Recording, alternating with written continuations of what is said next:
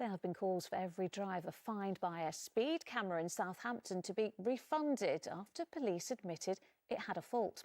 More than 50,000 drivers were caught speeding in the 30 miles per hour zone over a 2-year period.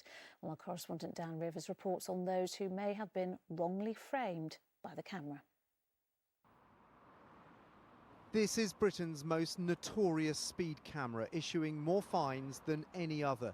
But there are now questions about the legitimacy of some of the 51,000 fixed penalty notices handed out in just 2 years here in Southampton.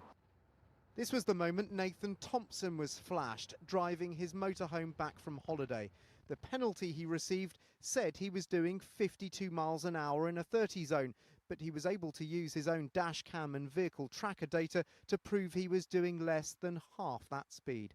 I was more scared about losing my licence, really. If I lose my licence, then I lose my job. If this camera's come back with wrong readings, how many times has it happened before, and how many times is it going to happen again?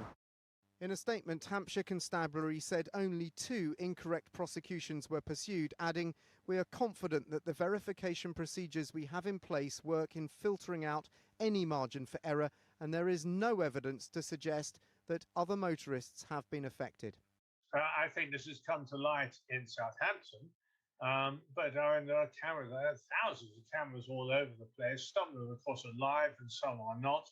But I would doubt that Southampton is the only place where this sort of thing is happening. But today, the local MP called on the police to look again. If we know that a camera can malfunction, as this one now has clearly done, then we need to look at all that, because as you say, if someone's lost their job or their licence, that's a really big thing to happen for someone, especially if they weren't speeding.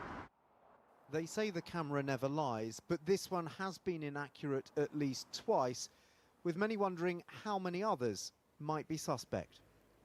Dan Rivers, ITV News, Southampton.